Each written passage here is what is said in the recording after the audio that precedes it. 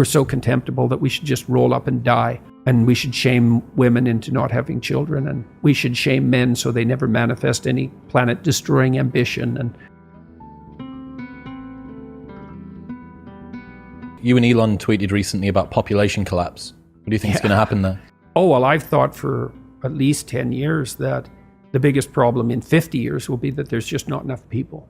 I remember hearing you say a few years ago that you thought we'd peak at about 9 billion. Yeah, we probably won't hit 9. Yeah. And I knew the stats because... Think about how crazy it is to think that we might be living on Earth right now at a time with the most number of humans that are ever going to exist at one time ever. Yeah, that's highly probable. And, and the population... That blows my mind. The population collapse in developed countries is precipitous, right? It's like we fall off a cliff. Because it's the same as everyone knows this from the pandemic, the R0 number. If fewer people are reproducing, next generation you have fewer people to reproduce as fewer people are reproducing, and it... Yeah. And I worked on a UN committee, it's got to be 10 years ago now, to help draft the UN Secretary General's report on sustainable economic development. And so I looked at all sorts of things like that. I was very curious, for example, because people have been beating the overpopulation drum since, it really kicked in the 1960s, because there were dire predictions. By the year 2000, the Club of Rome came out and said, there'll be riots and mass starvation and mass movement of migrants and all the things you hear about climate change because there's too many people on the planet. And that just didn't happen at all. That was just that.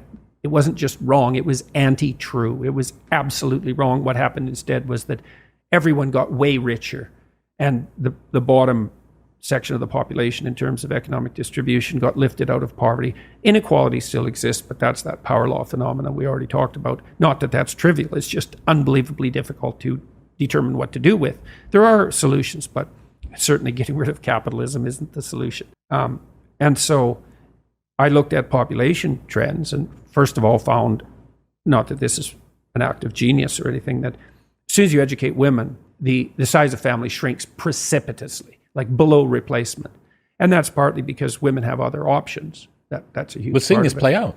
Oh, yes. I mean, all the countries in the West are way below replacement. Korea's way below replacement. South Korea, Japan, way below replacement. Yeah. I think the number one on the planet might be Chad, the country. In terms of growth? 8 children on average. Yeah, I think Nigeria will have more people in it than China by the end of the century. So, yeah.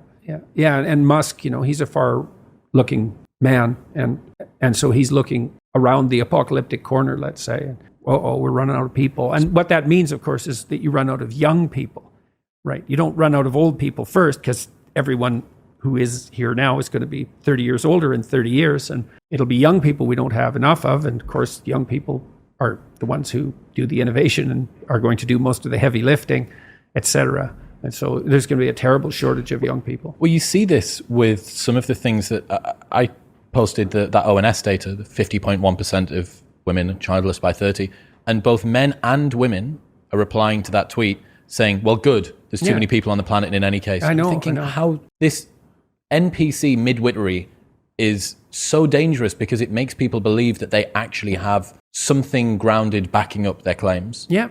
Well, and this idea that the planet has too many people on it, there's no sentiment more implicitly genocidal than that statement. So what do you mean too many people? Exactly. And what do you mean the planet? And what do you propose to do about that exactly? Mass abortion, is that your answer? Or should we do something a little more dramatic?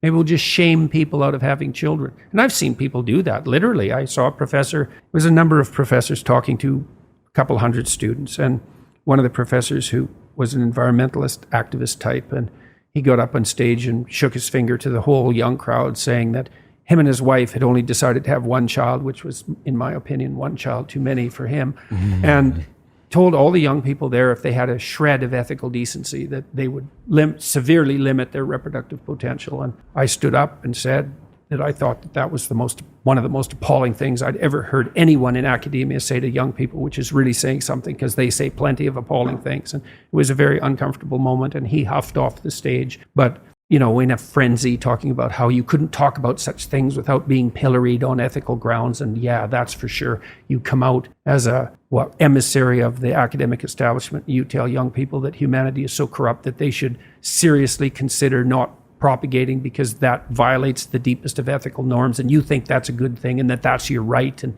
it was just beyond comprehension. It's beyond comprehension, but it's associated with like a deeply rooted existential self-hatred.